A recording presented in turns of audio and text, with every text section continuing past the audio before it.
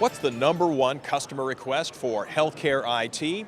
John Glaser, CEO of Healthcare Services Business Unit at Siemens, spoke with Aaron McCann, Associate Editor of Healthcare IT News, with an answer to that and other questions. Thanks, Ed. So, Dr. Glaser, you've really seen it all in the realm of health information technology. You've been with partners, you've been an ONC advisor, you've been with HIMSS, Chime. So, what has really kept your interest after all these years? Well, I think for a lot of us in healthcare, there is the deep belief that we can make care better and that this is a very human and noble undertaking, because at the end of the day, all of us or someone we love is involved in the care system, often in very serious and distressing situations. So there's a desire to make it better for sort of deep moral humanitarian reasons. So at the end of the day, that's the driver. It's also a remarkably complicated field, and so there's an intellectual part of this, which is how do you put all the pieces together and make sure that they work particularly well. And I think finally, a believer, as is probably everybody here at HIMSS, in the power of IT to affect enormous change. And so we're not there. I suspect in some ways we'll never be fully there, but how do we leverage the technology to help those who deliver care do a better job of delivering care, and those who are in the healthcare system as patients are more engaged and more effective at managing their health. Now, what is the #1 either kind of request or complaint from customers right now that they really want in an EHR system such as Siemens that you've seen?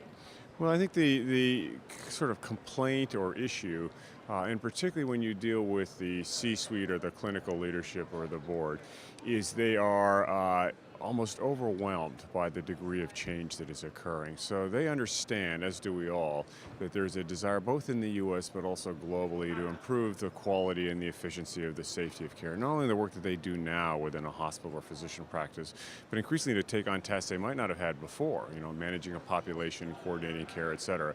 So these are all very different, very hard challenges for those who deliver care. And you couple that with a reimbursement environment that's trying to incent all of this, which is very complicated, highly evolutionary, unclear how effective it will be, and you combine that with new organizational models, accountable care organizations, patient-centered medical homes, and they see this extraordinary change coming their way, not always sure how to handle it, not always sure which investments to make or which approaches to take.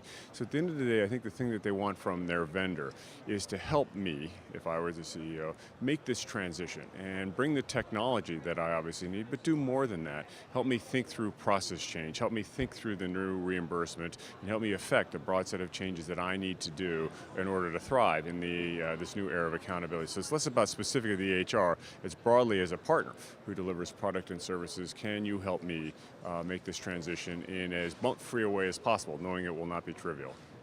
Now, what would you say is the top priority for Siemens right now? Is it data analytics, population health, interoperability? What's top of your mind? Well, there's a number of things. I think probably #1 is people begin to grapple with this challenge of managing a population of folks with various chronic diseases, but these are even populations of folks who, for example, having their hip replaced. So there's outpatient testing, the surgery, post-operative or rehab care, et cetera. So when you look at that challenge and you couple that with a reimbursement system that is increasingly going to be based on your quality, your efficiency, and this, that, or the other, the major focus of folks is a sort of constellation of systems, and it includes the health information exchange. How do I get the data flowing between those who deliver care? It includes the population management technology. How do I know where I am with the 5,000, 15,000 patients that I'm responsible for? And if I'm not in a good place with some of those patients, which should happen as a result of that, along with the analytics that say, am I in good shape or bad shape? I'm going to make money or lose money, or my quality score is going up, down? Do I have certain providers who are less effective than others? So there's a constellation of products that sort of come together to do that. And it's increasingly coupled with a service element that says, do more than go, quote, just install the technology. Help me think through organizational changes, process changes, et cetera. So that's where the focus is. I mean, there's still a lot of interest in the EHR, a lot of interest in the revenue cycle and do that, and a lot of interest in a number of departmental systems, but a lot, and you can see this at the show here today, is in the population health/analytics cluster. Well, great. Thank you, Dr. Glaser, for pleasure. speaking with me. Back to you, Ed. Thanks, Aaron. And Glaser admits his job is really to come up with the answers before the questions are asked.